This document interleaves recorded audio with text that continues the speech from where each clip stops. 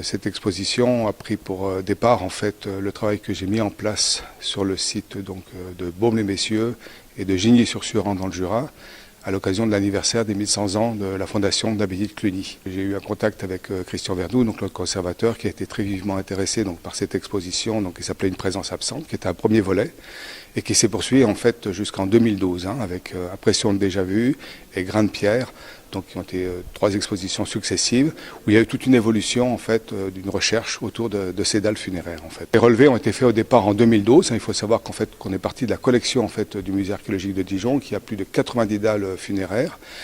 Et il se trouve qu'effectivement, la préoccupation d'un conservateur, effectivement, c'est de mettre en valeur ce patrimoine et de le présenter. Et c'est vrai qu'au niveau muséographique, c'est quand même tout à fait particulier. Tout ce travail que j'ai mis en place résout quelque part un petit peu cette difficulté, dans le sens où le motif, en fait, graphique du support très très lourd que représente une pierre, se décolle, en fait, et arrive sur une toile, donc qui devient légère, et qui, du coup, peut être transportée facilement, aisément, et du même coup, devient un peu ambassadrice de tous les sites qu'elle représente.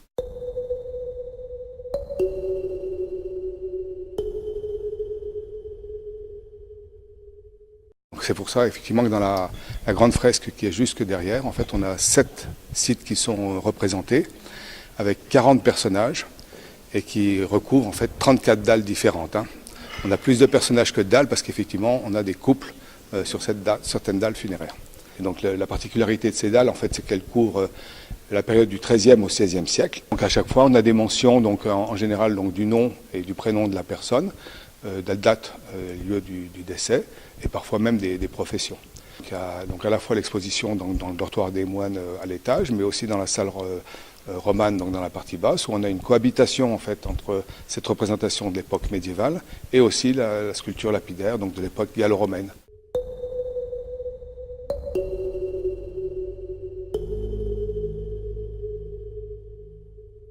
Souvent, les gens se faisaient faire leur portrait, si j'ose dire, de leur vivant. Et même parfois, effectivement, on a dans le cas des couples, le mari ou la femme décède avant, l'inscription de la date et lieu de décès figure, alors que parfois ça ne figure pas pour l'époux.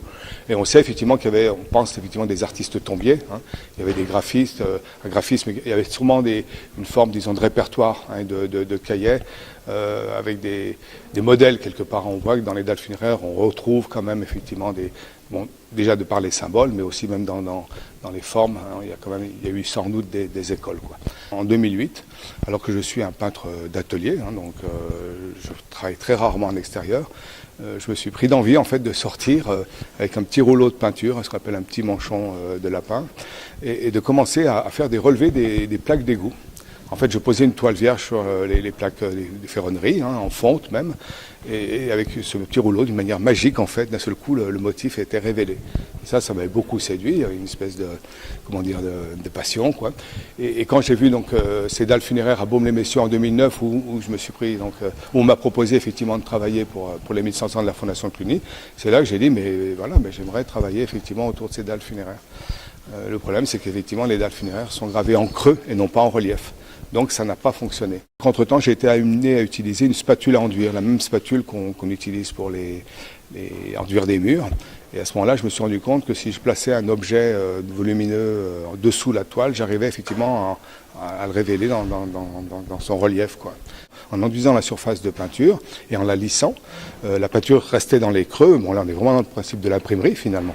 Et ce qui s'est passé, il y a eu ce réflexe, effectivement, qui est toujours dans ma peinture, de faire une impression alors que la peinture est encore fraîche. Et du coup, c'est là que le motif est décollé, c'est décollé de la toile.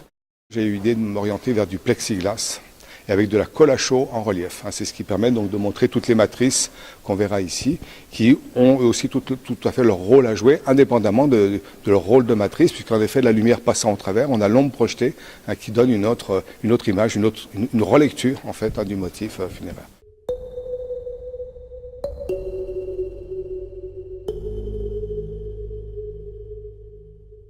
Pour le musée de Dijon, j'ai relevé sur feuilles plastiques au marqueur noir, dans un premier temps au fort du Giron, puisque c'était là qu'étaient stockées les dalles funéraires, puis ensuite aux abattoirs. Et en atelier, j'ai commencé à faire toutes les matrices sur du multiglace. Donc il y a effectivement, donc là ici à l'étage, toute la présentation autour des dalles funéraires de la collection du musée de Dijon, avec la grande fresque. Dans la salle romane, on retrouve ce qu'on va appeler des macules ou des citations, c'est-à-dire qu'avant de réaliser cette grande fresque, il m'a fallu épuiser un peu la matière sur une toile vierge, avant de passer directement, j'allais dire à l'acte sur la grande toile, parce que comme c'est une toile écrue, j'ai aucune possibilité de repentir. Et donc finalement, je me suis rendu compte que ces macules pouvaient aussi tout à fait trouver leur place donc dans la salle romane, qui est une salle beaucoup plus basse, donc comme des petites citations, faisant écho avec la sculpture lapidaire d'époque romaine. Et puis au fond, j'ai eu cette envie effectivement de convoquer en fait les moines de l'abbaye, enfin de la cathédrale, de l'abbaye dans un premier temps, mais cathédrale Saint-Bénigne, dans la représentation en fait humaine et la figure humaine. Et c'est ce que je souligne aussi parfois même par exemple pour la grande fresque. On peut voir aussi quelque chose qui est proche de la bande dessinée, donc quelque chose de très contemporain. On peut même y deviner un petit peu quelque part la figuration libre, donc voilà, la peinture contemporaine.